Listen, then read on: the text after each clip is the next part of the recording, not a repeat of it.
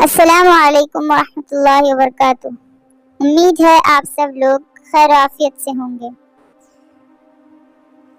ناظرین، آج ہم لوگ ایک کتاب جس کا نام اسلام کیا ہے کا مطالعہ کریں گے، جس کی تالیف مولانا محمد منظور نعمانی صاحب رحمۃ اللہ علیہ نے کی ہے۔ تو چلیے شروع کرتے ہیں۔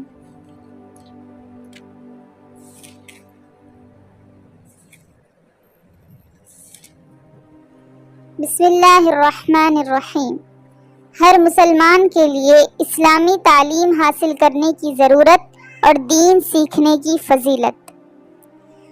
بھائیو، اتنی بات تو آپ سب جانتے ہوں گے کہ اسلام کسی قوم اور ذات برادری کا نام نہیں ہے کہ اس میں پیدا ہونے والا ہر آدمی آپ سے آپ مسلمان ہو اور مسلمان بننے کے لیے اس کو کچھ کرنا نہ پڑے۔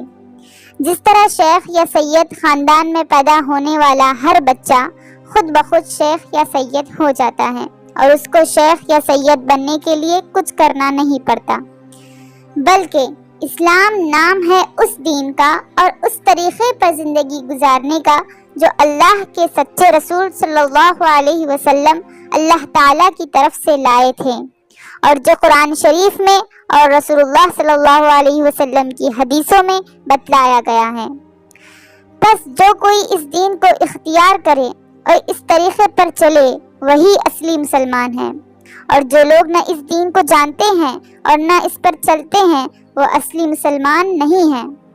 بس معلوم ہوا کہ اصلی مسلمان بننے کے لیے دو باتوں کی ضرورت ہے۔ ایک یہ کہ ہم دین اسلام کو جانیں اور کم سے کم اس کی ضروری اور بنیادی باتوں کا ہمیں علم ہو۔ دوسرے یہ کہ ہم ان کو مانیں اور ان کے مطابق چلنے کا فیصلہ کریں۔ اسی کا نام اسلام ہے اور مسلمان ہونے کا یہی مطلب ہے۔ بس اسلام کا علم حاصل کرنا یعنی دین کی ضروری باتوں کا جاننا مسلمان ہونے کی سب سے پہلی شرط ہے۔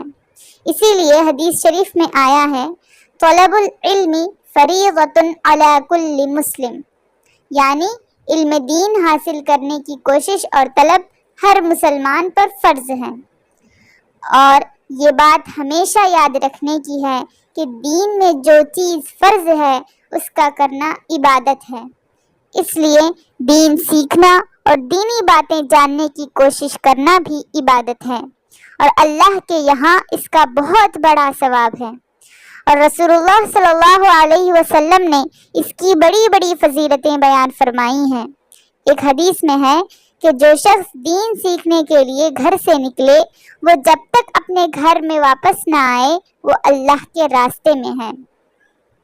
ایک اور حدیث میں ہے کہ جو شخص دین کی طلب میں اور دینی باتیں سیکھنے کے لیے کسی راستے پر چلے گا اللہ تعالیٰ اس کے لیے جنت کا راستہ آسان کر دے گا۔ ایک اور حدیث میں ہے کہ علم دین کی طلب اور اس کے حاصل کرنے کی کوشش کرنا پچھلے گناہوں کا کفارہ ہے، یعنی اس سے آدمی کے پچھلے گناہ معاف ہو جاتے ہیں۔ الغرض دین کا سیکھنا اور اسلام کی ضروری باتوں کا علم حاصل کرنے کی کوشش کرنا ہر مسلمان پر فرض ہے، چاہے وہ امیر ہو یا غریب، جوان ہو یا بوڑھا، پڑھا لکھا ہو یا ان پڑھ، مرد ہو یا عورت۔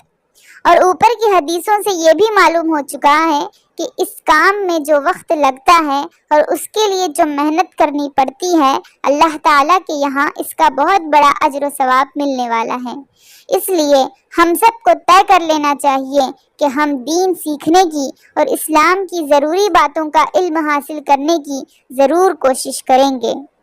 جو مسلمان بھائی عمر زیادہ ہونے کی وجہ سے یا کام کاج کی مشغولیت کی وجہ سے کسی اسلامی مدرسے میں داخل ہو کر اور باقاعدہ اس کے طالب علم بن کر دین کا علم حاصل نہیں کر سکتے، ان کے لیے دین سیکھنے اور دین کی ضروری باتیں معلوم کرنے کا آسان راستہ یہ ہے کہ اگر وہ پڑھے لکھے ہیں تو دین کی معتبر کتابیں دیکھا کریں، اور جو پڑھے لکھے نہیں ہیں یا بہت کم پڑھے ہیں وہ اچھے پڑھے لکھوں سے ایسی کتابیں پڑھوا کر سنا کریں۔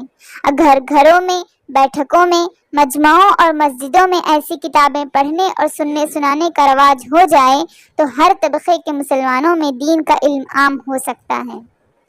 یہ چھوٹی سی کتاب خاص اسی غرض سے اور اسی مقصد کے لیے لکھی گئی ہے۔ اس میں دین کی تمام وہ ضروری باتیں اور رسول اللہ صلی اللہ علیہ وسلم کی وہ ہدایتیں جو ہر مسلمان کو معلوم ہونی چاہیے، بہت آسان زبان میں لکھی گئی ہیں۔ آؤ ان باتوں کو خود سیکھیں، دوسروں کو سکھلائیں اور بتلائیں، اور دنیا میں ان اسلامی باتوں کو رواج دینے اور پھیلانے کی کوشش کو اپنی زندگی کا مقصد بنائیں۔